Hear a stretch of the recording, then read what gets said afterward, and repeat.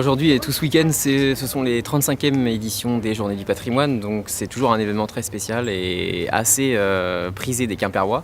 On accueille en général près de 15 000 personnes sur différents sites, donc cette année c'est 50 propositions, un petit peu plus de 50 propositions, beaucoup de sites privés, des propositions à l'évêché. Donc en fait on a construit ce programme autour du thème national qui est le thème du partage, donc c'est quelque chose qui nous tient à cœur à la Maison du patrimoine.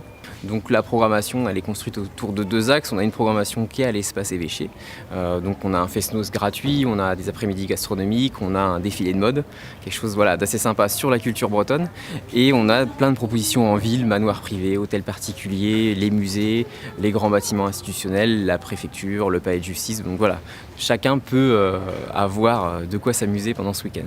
Les coups de cœur, on a toujours une petite préférence pour les manoirs et les hôtels particuliers privés parce que c'est quelque chose d'assez secret, et on a le manoir de Carlagatu qui était ouvert le dimanche après-midi.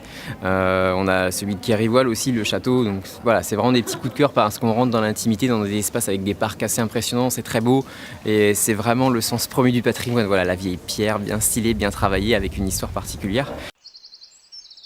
On a remis la maison telle qu'elle était, en gros, dans les années 1900-1920. Voilà. On a refait les parquets, on a refait les rosaces, on a refait toutes les corniches en stuc, on a refait une déco de maison bourgeoise. Pourquoi c'est important le patrimoine ? Je suis né, j'étais bercé enfant dedans, vous voyez. Mon père recevait des artistes à la maison, des artistes avec qui il avait travaillé, on était bercé dedans. Puis vous voyez, je fais un métier, je suis antiquaire, donc je suis vraiment bercé dans les choses anciennes.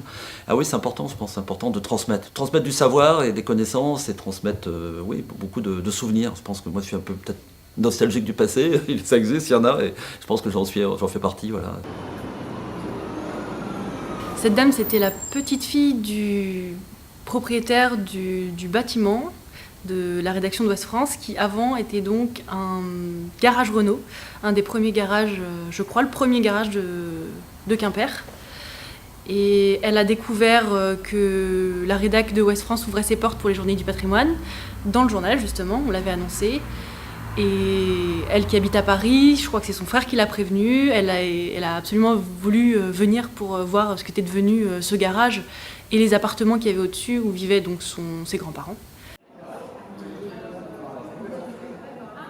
Notre objectif c'est de faire découvrir le patrimoine, mais c'est beaucoup plus facile par le jeu. Les gens vont rechercher leur info, vont découvrir un tableau, une pierre, un détail, et c'est une manière en fait ludique. Le jeu est juste un médium pour pouvoir accéder en fait à la connaissance. Donc là, la murder party, on a un assassinat, il faut enquêter évidemment qui a commis ce meurtre, et ça c'est basé sur des détails, il faut observer, et les candidats avancent progressivement vers la solution, et c'est un travail d'équipe. Donc en plus, on forge en fait cette notion de partage.